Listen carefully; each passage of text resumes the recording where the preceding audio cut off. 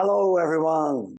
I think there's no deliberate learning without emotions. There's no memory without emotions. And I'd like to tell you why.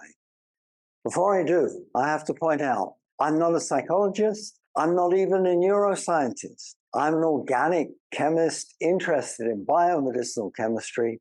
I'm going to tell you my interpretation of how the brain is known to work, what I think most scientists will agree upon. Then I'm going to tell you about what I think. I've never seen this proven. I've never really seen it written down, though it might be I just haven't seen it. But this is what I think is happening. I'm going to tell you how I think deliberate conscious memories arise and what we can do to make them happen. Sodium-potassium imbalance in nerve cells results from stimulation. That stimulation can be extremely high amplitude, sudden, big reaction, like in a reflex. Perhaps you pour boiling water on your hand, and you retract the hand even before you thought about it. Or they could be high frequency signals, things that keep coming up in your subconscious until they rise to the level of your consciousness. And when that happens, your brain produces key organoneurotransmitters, and they're receptors at the synapses. And then the brain evaluates the utility of the signal. If it's an uninteresting signal, really, it goes into the short-term memory. If it's an important signal, the brain will amplify and tell the senses to concentrate more. There's more sodium-potassium imbalance. There's more glutamate release at the receptors. The frequency of the signal perhaps increases. Perhaps it goes on for a longer duration, and the whole cycle repeats. When that happens, repetitive short-term memory, we get long-term memory, memories that persist.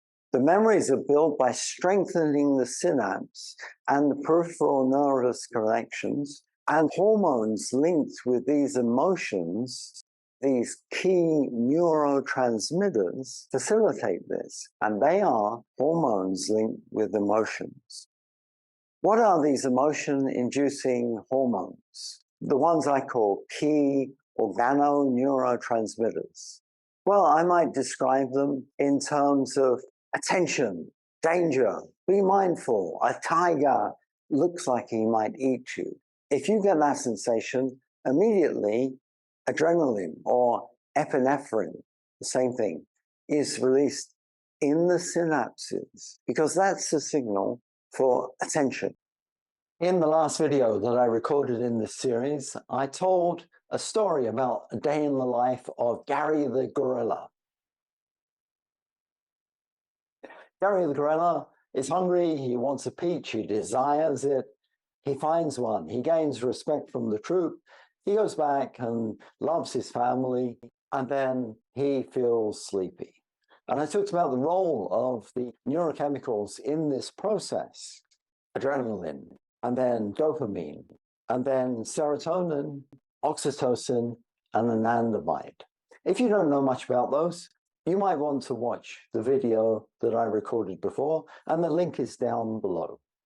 What I didn't say is that Gary learns about where peaches may be found and the role that emotions played in that process. So I think at the synapses, every time you get these strong high-frequency signals, you're getting a dose of these emotion-inducing hormones. And I think they act in this way. Once again, the sensory stimuli give a sodium-potassium imbalance.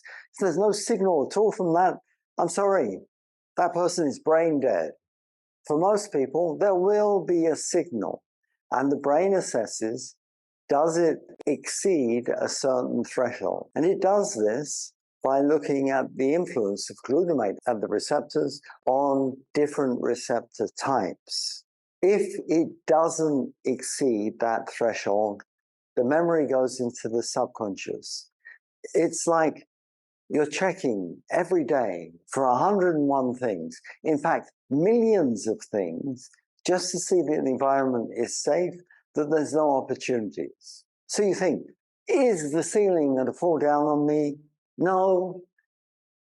you don't even consider that. It all goes on in your subconscious. But you're checking it all the time. You get lots of signals like that. But sometimes you start checking and you get high frequency or high amplitude signals which exceed the threshold. You get doses of dopamine, epinephrine, anandamide, serotonin, all the others, oxytocin.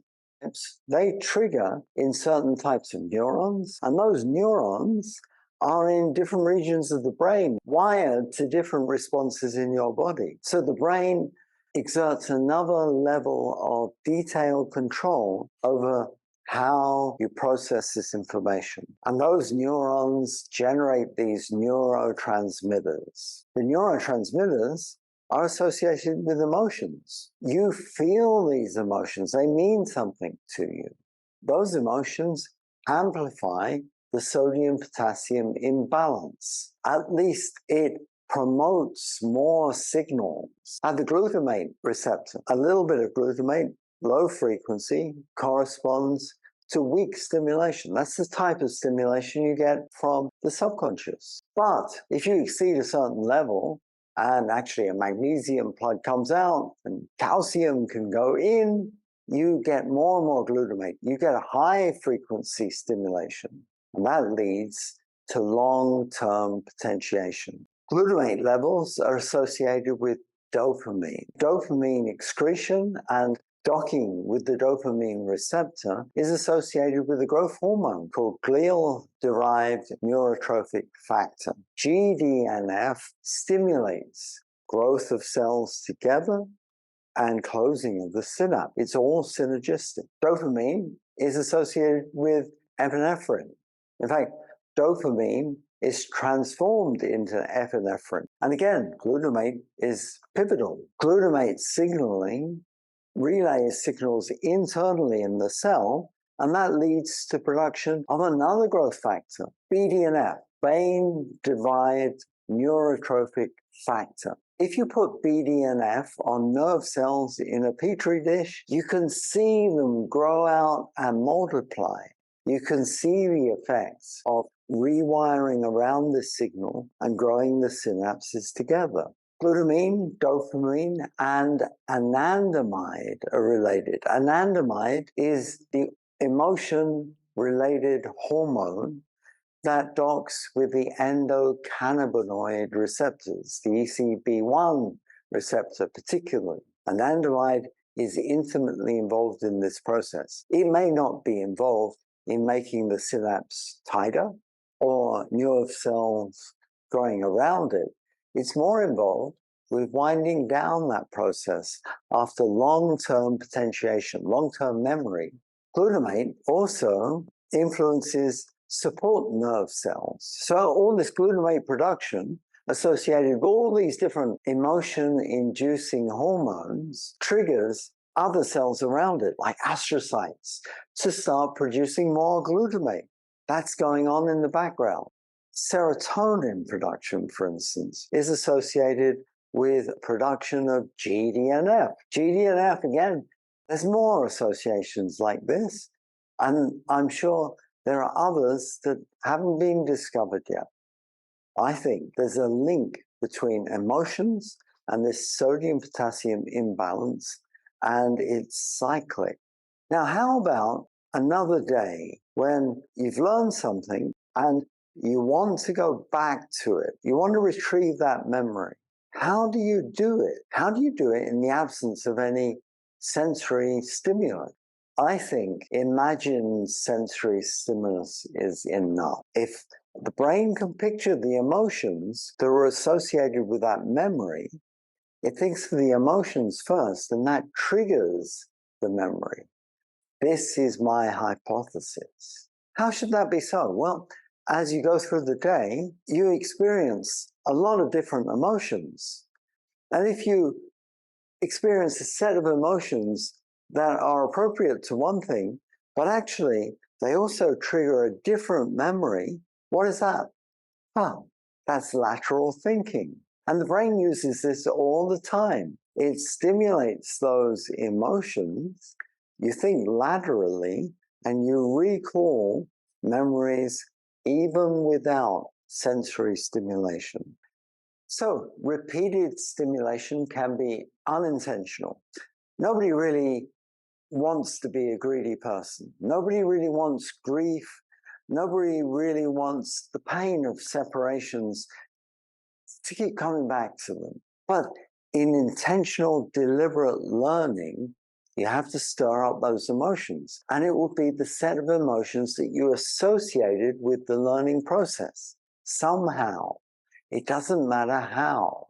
The emotions come first, and then the memory was made. So I'm going to put it to you that there can be no deliberate, conscious learning and memory without emotions, and that has consequences. Good lecturers, I think, induce emotions to help people learn. Let's test that statement. Let's think backwards. A boring speaker speaks like a robot, talks very technically, nuts and bolts, triggers no emotion. A lack of any emotion is another way of describing boredom. On the other hand, a good speaker gets emotional. You can feel, know that word? You can feel the speaker getting passionate about it. It's making you emotional too. And when you want to remember what the speaker said, you first of all recall those emotions. Key organoneurotransmitters cause active recall.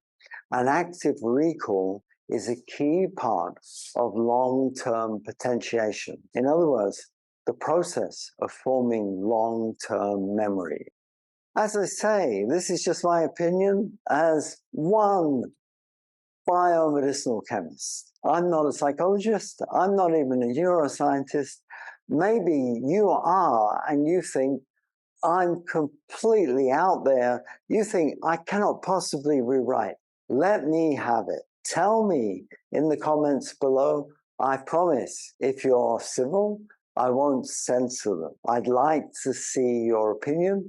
I'd like to see what other people think of your opinion and my opinion put together. Thank you very much for listening to me again. I have two workbooks for sophomore organic chemistry. Sophomore Organic Chemistry by Inquisition, Book 1 and 2. They're available from www.byinquisition.org.